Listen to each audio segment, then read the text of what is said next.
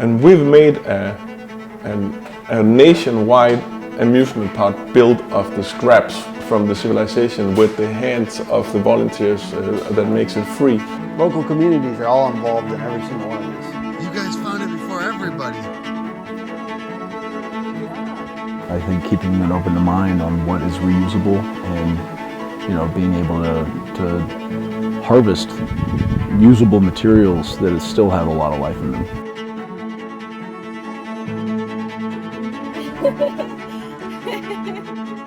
My question to you is, how do you source materials for your troll sculptures, and what challenges have you found in finding and repurposing construction materials? Trash is sadly and grossly everywhere. It is all over the place, it's free, and it's right where you need it, right? Because that's how we've produced everything. Everything that we're producing right now becomes trash in a second, and then it is. So if you can build a company that can make that into the revenue of the company, then you have a competitive advantage over everybody. What would contractors do to potentially incorporate some of the sustainable principles into their projects that are actually functional? I mean, always keeping in mind that materials don't always have to just come from, a main distributor. I think keeping an open mind on what is reusable and, being able to harvest usable materials that still have a lot of life in them. From things like Like for instance, landfill? For instance, we had a lot of construction sites that have already, as they're completing, for instance, we did a big demolition where we took down the plywood walls where they were building a train station in the city. So they had it all walled up for years and years. And then when it was time to take the walls down, we went and took all the walls down that would have been thrown away, but it was all good plywood that could be reused again. So we got a lot of that lumber that then we reuse that for all types of purposes. All of our boxes that we ship our heads in are made of that plywood that we got from the wall. So how can you look at what is the trash from the competitor and then make that into the product of you? Then you have the advantage over everybody. This will be how the future will be built. So just look in the trash cans that are surrounding you. You can't do this by talking to people because everybody will tell you that we don't have trash. But if you look into the trash can of the school where you study, the factory where you work, or the company that you own, or next time you're cleaning out your garage, what is it you throw out there? Create a product that's produced by that.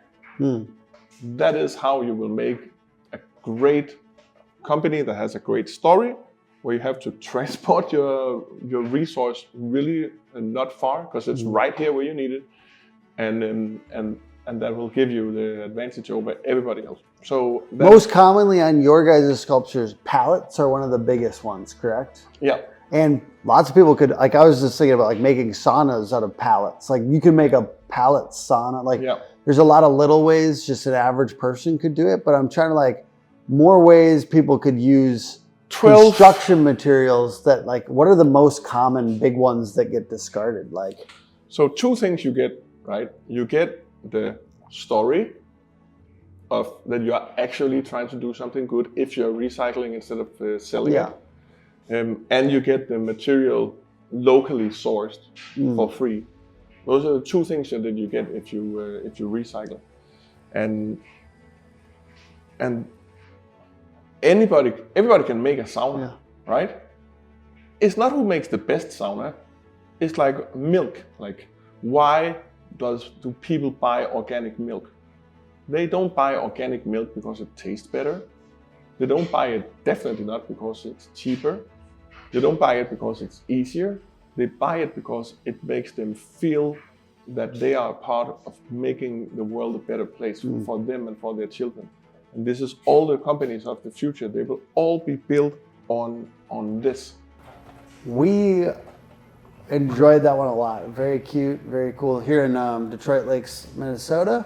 And any family has an opportunity to go see these. And also, if you're a park If you're a local municipality, if you're in a tourism board or something like that, and you have interest in bringing in one of these things, and the experience for families in your area, it might be a good way to kind of create some traffic.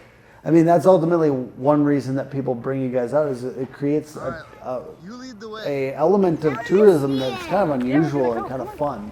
Yeah. And for our family, I'll just say it was delightful, and it was a very positive, pleasant experience. Just like anyone, you could go do a zoo or something like that. Like they went to the zoo or whatever. But like this was another fun way to like bring the family together and that type of thing. And how much is the ticket to the zoo?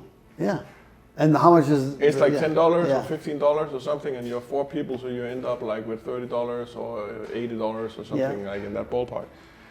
And we've made a nationwide amusement park built of the scraps from the civilization with the hands of the volunteers that makes it free. Local communities are all involved in every single one of these. You can go even bigger on scale if you just kind of learn how to communicate with other industries as things are not needed or in use anymore. Instead of just throwing them away, being able to have a little handshake and say, we'll take this off your hands. Like all of the inside of our heads that we build, we use from this chain of, it's kind of like a little dollar store called Flying Tiger, and it's out of Sweden.